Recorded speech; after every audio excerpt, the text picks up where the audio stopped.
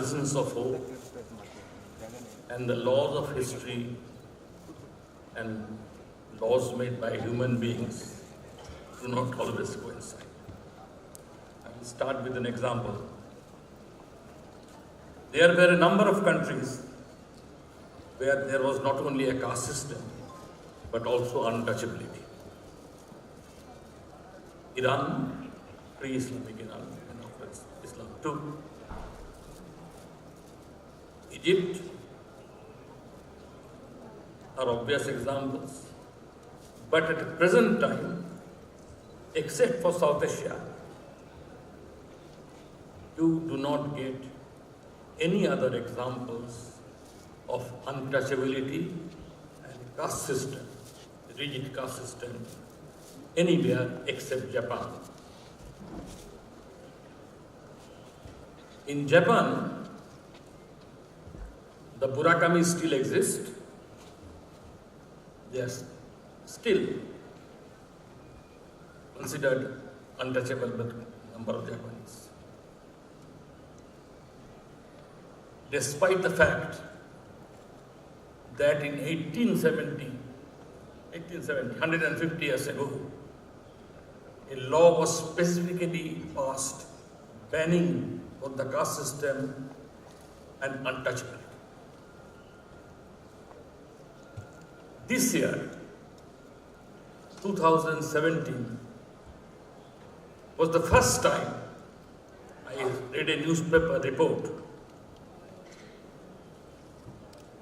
that a majority of Murakami women marrying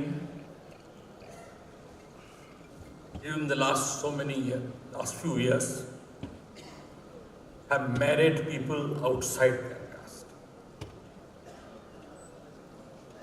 Now, the Murakami community is, roughly speaking,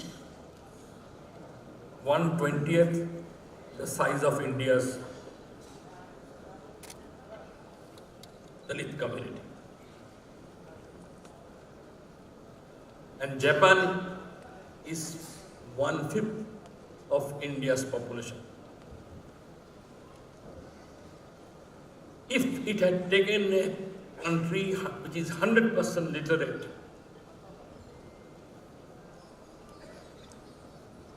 150 years to break the back of a caste system and untouchability, I think it demands that we should have more patience. That's all I'm saying. Because the principles of organization, the process of politics, the cultural changes which are required for what may be called change of heart, which number of speakers have already mentioned and said that it is a difficult thing and Baba Sahib wanted to avoid it. He wanted to do constitutionally what is in the long term the requirement for the full integration of the Dalit community.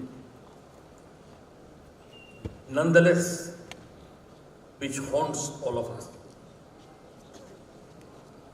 I gave the example of Japan also because if you can look at the record of how things progressed, you will find many examples, simple examples, how the first markers were trivial. If I had time, I would have given you some examples from both life and literature. But gradually you began to notice them also. Last 55 years, I have never seen in a roadside eatery, then notice that it is Shuddha Sakahari, that means fully vegetable, vegetarian. Shuddha means purely vegetarian, pure vegetarian. When I was young, both in Calcutta, not Calcutta so much, Bengal I should say, in Maharashtra and Madhya Pradesh, 3 states I knew, and Bihar, this was often a clue to the fact, it was a hint by the owner of the eatery that the cook was a Brahmin. Cook was a Brahmin, and you will not be polluted if you eat in the restaurant. Now, Shuddha vegetarian restaurant means something else. Something else. You don't even ask the owner whether it is Shuddha vegetarian, lest he says to you something which is unpalatable to your parents who are with you and they refuse to eat there. So there is also practical necessities of life which at every stage has begun to negate something called the caste system and untouchability. It is my proposition, and I know many will disagree with you, that caste, the ritual aspect of caste, is now already dead in the public sphere. What you have is a different kind of caste, which is actually a political unit to mobilize people. And that political unit is recognized even by the Dalits. Because exactly as you cannot call the black mobilization against racism, a persistence of racism in other forms, similarly nobody calls Dalit consolidation as a racism or casteism. But Dalits have consolidated. This is the largest single assembly on a subject like this I have seen in my life. This would not have been manageable earlier because Dalits were a much more splintered group. They also have the subcaste and hierarchies. They also have endogamy within themselves. They have their untouchability, whether we like it or not. You go to rural India, you will see that yourself. But they have learned at least to coalesce for some causes.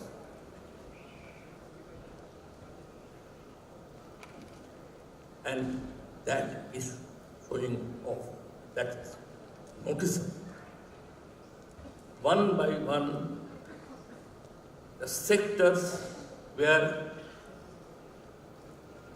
nothing matters except personal creativity, personal efficiency, individual worth are increasing. At one time in India, you would have called the entertainment industry, particularly the cinema, to be the only area, cinema and theatre, that the only areas where it caste didn't matter. Because your personal economic interest was involved, your success and failure of your ventures depended on it. And there was place for everybody. People only look for talent. Then I saw the citadel of spectator sports being available. The days when we used to applaud if Gavaskar score a century, even if India lost the test, they are over. Everybody is trying to succeed and turn their sports into a truly entertaining, competitive venture. Victory is more important than personal achievements. and that sector has fallen. In crime, also, that is another sector where there is no casteism, no untouchability, and perfect Hindu-Muslim amity. In Indian criminals and Indian patterns of corruption have always triumphed over these differences. And we have no shortage, either criminals or of corruption. Don't think things have suddenly overnight changed after a great crusader against corruption has come to power. we know how to bypass that. But the last and the most important part of the story is politics. And Professor James Manner, and to some extent, Borat also have mentioned that. I would like to suggest to you, and I know whether you might deny this, in public sphere, but everybody knows in heart of hearts that nobody will vote for you on your ritual status just because you are a Brahmin and higher than, and respect for the learned Brahmin, you vote. Nobody. Not even the other Brahmins for that matter, but that's a different story. Your vote is what is valuable. You will vote for a Brahmin only when the Brahmin votes for your community. And the Mata produces something which is useful to your community or you personally. That was Mayawati's meaning of Mayawati's nearly decade-old alliance with the Brahmin. If you would also care to look carefully in the matter of atrocities, I will also propose to you that things are bad, but they are harbingers of more interesting, more egalitarian times. The main sources of atrocities are not the traditional upper caste, highest of the castes, not the Brahmins, not the Thakurs, Rajputs, the martial castes. The main sources of the violence are exactly those communities which have, using Indian democracy, has risen in their status. These are mainly Shudra communities who have risen, and because taking advantage of number, because democracy is a game of numbers, taking advantage of that, they have moved from the bottom, not really the bottom, but just about bottom. Many of the, what you might call,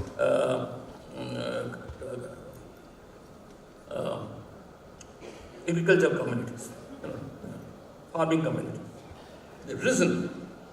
And that rise is quite spectacular because they have the strength of numbers.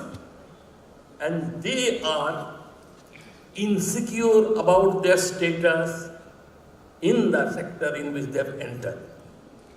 And that is why they are often dangerous for their own employees, mainly the Dalits. The atrocity on Dalits is often primarily a function of communities everybody knows, but nobody mentions or enumerates them. The Reddys next door, the Patels in Gujarat, the Marathas in Maharashtra, everybody knows them. Nothing secret about it. Yadavas now increasingly because they are also rising. Jats of northern India. These are the communities from where atrocities come. None of them there, those Savarnas, none of them were considered elite community, upper caste. Till 30 years ago, many of them were considered lower caste. When I first went to Gujarat 50 years ago, Patels had separate hostels for them, separate foundations for giving scholarships, and so on and so forth. They were seen as almost as a backward community. They rose because they were rising earlier, but it was not fully clear. Now, the best example probably is with many of the Jat communities. Previously, in number of Jat communities, the boys were allowed to marry Dalit women, Dalit girls. They were allowed. And that girl became a Jatni. You can go and find out this. The anthropological data are available. But once they began to rise, if the sons married a Dalit woman, they would kill their son as well as their newly wed wife. It came, people call it nowadays honor killing, but the honor was not there. Honor for which they killed was not there even 50 years ago. When I first came to Delhi, also it was not there. It began 30 years ago. Because as they was in this social sphere, using their numbers and made a political success of our existence as a community, these communities are dominant communities. They became insecure about their new status and were always afraid that if their children married into the Dalit community, they will bring down the status of the entire community. There was demands of that kind in the community, some beliefs. That also has come to us in front of us in our lifetime. In our lifetime it has come. So I am not afraid of doing that violence because that violence shows the insecurity of the communities which have mounted the violence. It shows the rising power of the Dalits. Only last year they told me about a case instance in Andhra Pradesh where some Dalit boys were some Reddy women were sitting in front of them, and this experience of violence is there. And it is a dominant community. So they were kicking and the chairs. So those sitting in front of them were unstable, these women. So after the show, the Reddy boys decided to avenge it.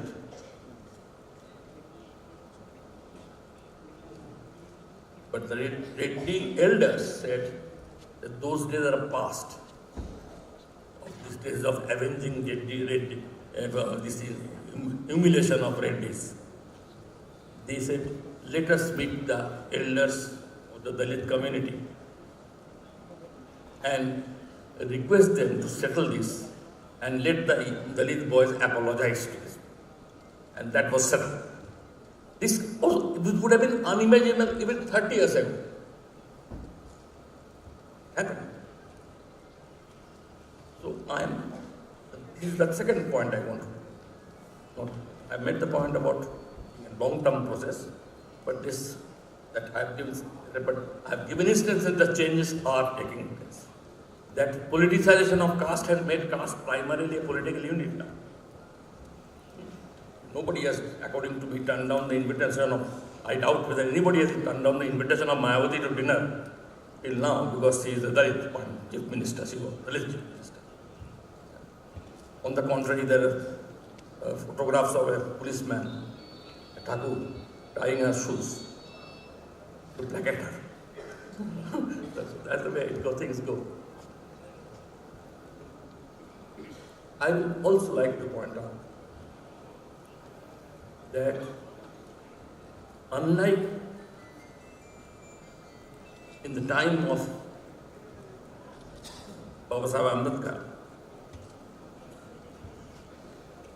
Dalit political support is an important part of the story today.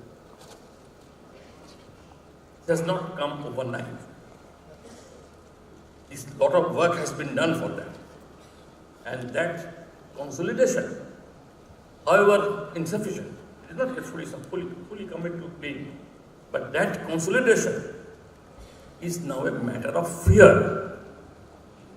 All parties fear that we might have to further bracket the leaders, at least divide them so that certain kind of party support basis can be retained. Do not forget that this experience Baba Sahib never had. His party never did well. He himself didn't do well. The Baba Sahib was defeated in Maharashtra, his own state. But he was Jogen Mandal, the leader of the Namashudras, the Dalit community in Bengal. He resigned his post to accommodate Baba Sahib. And his community voted for Baba Sahib to go and join the Indian Parliament. And already, so it is not today, one day's work. It was in the office. Don't forget that it is to get the Dalit community vote of Bengal that Jogen Mandal, who vacated his seat, became the first Dalit law minister of South Asia. Or the bulk of that. He became the first law minister. He was the one who piloted the Pakistan constitution. He was appointed one day before Baba Sahib was appointed the law minister in India. Because their Independence Day is 14th August, ours is 15th August. So, this also is part of the story. This also is a part of the story. I would that it is a time when we need a different kind of awareness. And I would like to end this presentation by drawing attention to this. I think the first step in any attempt to quicken and further the process is to turn to the changes which are taking place in the hearts of people. Now, by hearts of people, I do not mean what James Manner believes, which is difficult to change, a long-term process. I think certain changes have already taken place. There is enough confidence in the Dalit community now to handle the political side of the battle quite cleverly and with some finesse. I also believe that it is now the time to give this battle a different kind of age and different kind of tonality by another development that is taking place in this area, namely the Dalit voices that are being heard. I think it was Foucault who said first that it is obscene to speak on behalf of somebody else. So I don't dare to speak on their behalf, but I want to create the political space from where their voice can be heard. And I have seen, whether it is in literature or literary criticism, whether it is in creative arts, music, there is a renaissance already taking place in this part of the world. In this part of the world. New kinds of creativity have been opened up by this renaissance. And it is taking place also in other communities where there is casteism. Amongst Islam also there is caste. Kingsley Davis as early as 1950s identified 150 castes amongst Muslims. So many of the community, there are, in Rajasthan, for example, there is this two communities which only sing for their livelihood. They're ministers. The Manganias and the Lamba. They are now a known category in the world of music. Not only in India, they're known outside too. One of the finest concerts of theirs I heard was in Berlin, where I accidentally was when they were performing there. Their art is opening up, the Chitrakas, Patuas of Bengal.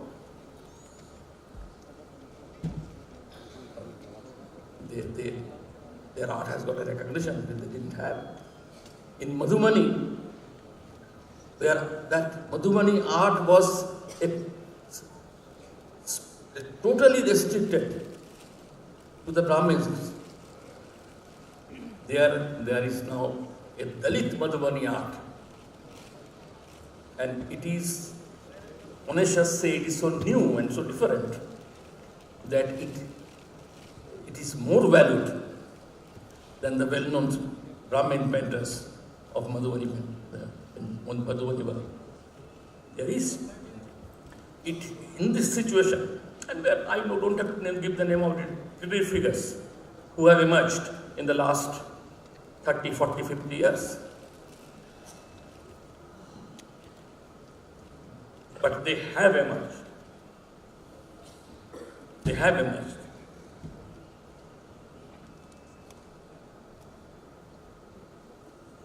I think it is time for this voice to be strengthened. This self-awareness and this self-respect and confidence in one's own culture would be respected. Dalits are not a two-dimensional entity.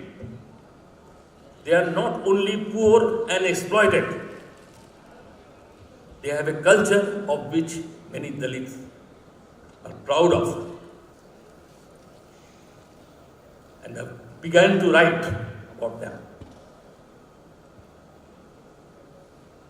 60 years ago, when this book, Gita Shakti Nandinam, was written in Bengali,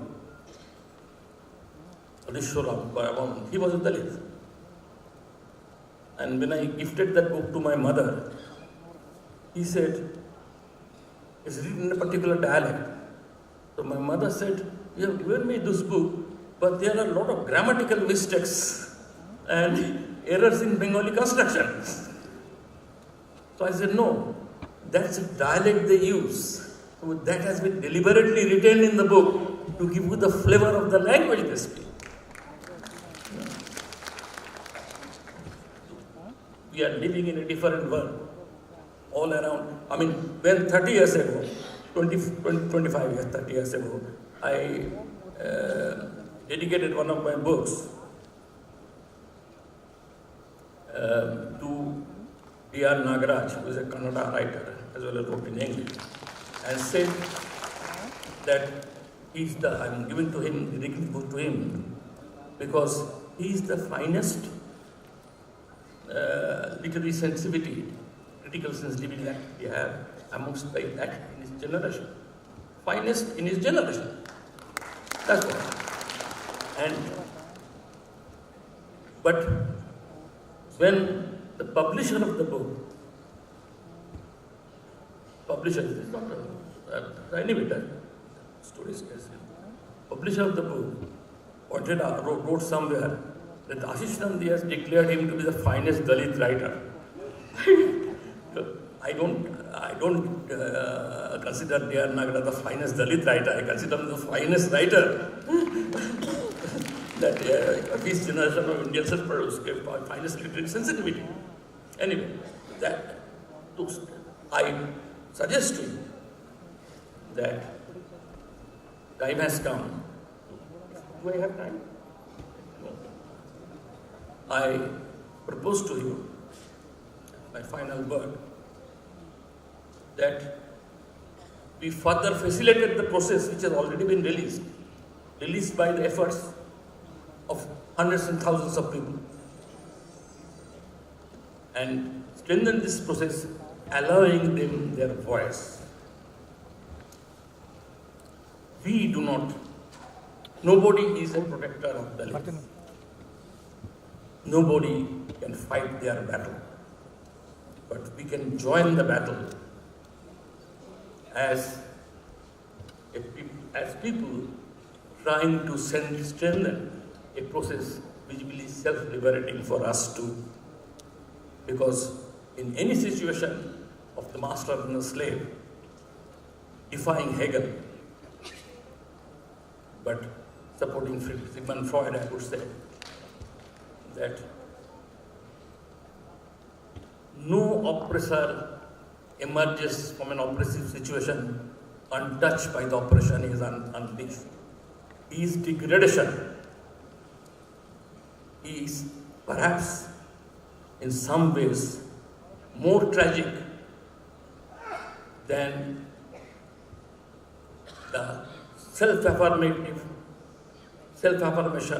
of the victims who have survived the oppression already for centuries and give a meaning to their lives, which has allowed them to survive also as maintaining their dignity.